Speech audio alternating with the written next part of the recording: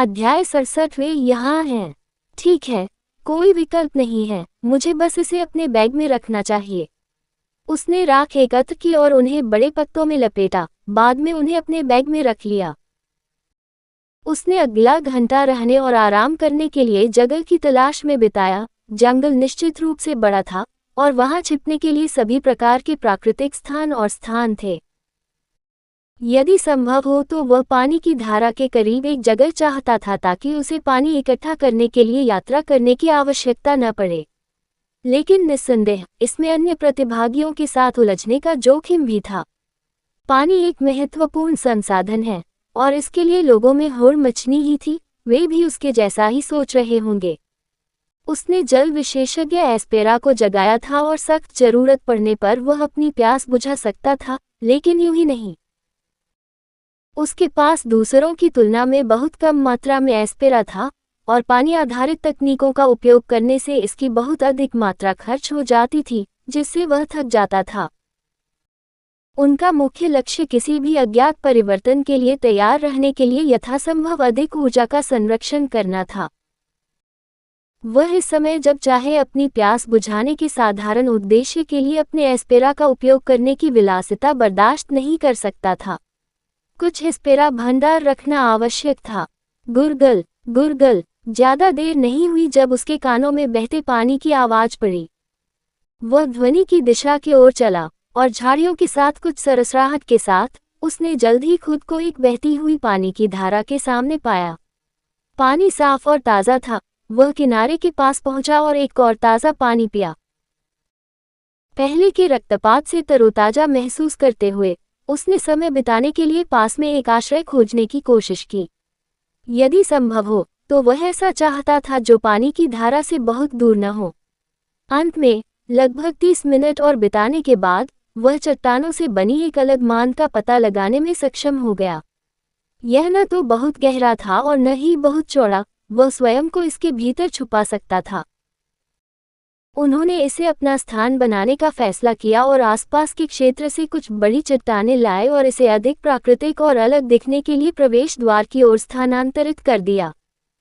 अपनी लूट को मांद के अंदर भरकर वह जंगल में घूम रहे मजबूत और बेहतर राक्षसों की तलाश में निकल गया। उसका लक्ष्य किसी तरह उस रैंकिंग में प्रवेश करना था जो कबीले से पुरस्कार प्राप्त करने के योग्य हो। उसका आवरण इतना अच्छा था मानो उड़ा दिया गया हो। वह जानता था कि बुजुर्गों को अब तक पहले से ही पता चल गया था कि वह एक शारीरिक ओझा के रास्ते पर प्रशिक्षण ले रहा था, इसलिए इसे अपने फायदे के लिए इस्तेमाल न करना और कुछ पुरस्कार वसूलना मूर्खता होगी। अपनी प्यास बुझाने और उत्साह बढ़ाने के साथ ओलिवर ने आने वाले समय के लिए आपूर्ति इकट्ठा करना शुरू कर दिया। उसने अपना पानी का कुप्पी लबालब भर लिया, ये सुनिश्चित करते हुए कि शिकार के लंबे घंटों के दौरान उसके पास पर्याप्त पानी होगा। उन्होंने खाने योग्य पौधे और फल भी एकत्र किए और जंगल की प्रचुरता से अपने अल्प राशन की पूर्ति की। इसमें कोई संदेह नहीं कि यह एक साधन संपन्न स्थान था। काम करते समय ओलिवर देखे जाने के एहसास से बच नहीं सका।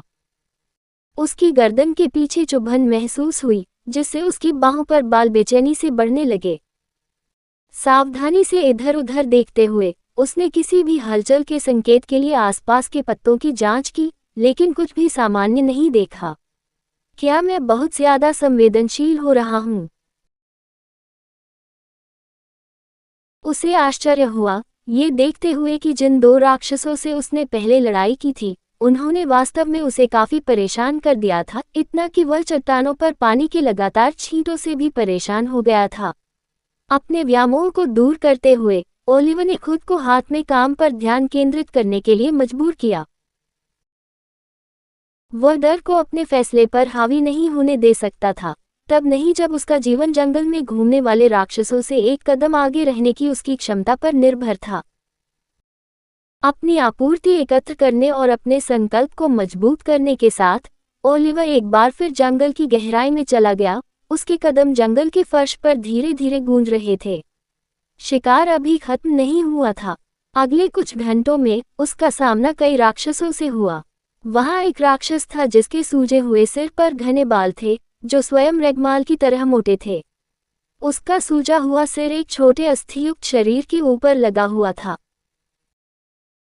एक और राक्षस जिसका उसने सामना किया, उसके धड़ पर कई निशान और अभी भी खुले घाव थे, जिससे पता चलता है कि या तो अन्य प्रतिभागियों द्वारा इसका शिकार किया जा रहा था या अन्य राक्षसों के साथ था। एक दानव की बनावट खून और धुएं के एक छोटे से जीव की थी, उसकी 2 बंजा आंखें और हिम्मतमय द्वेष था।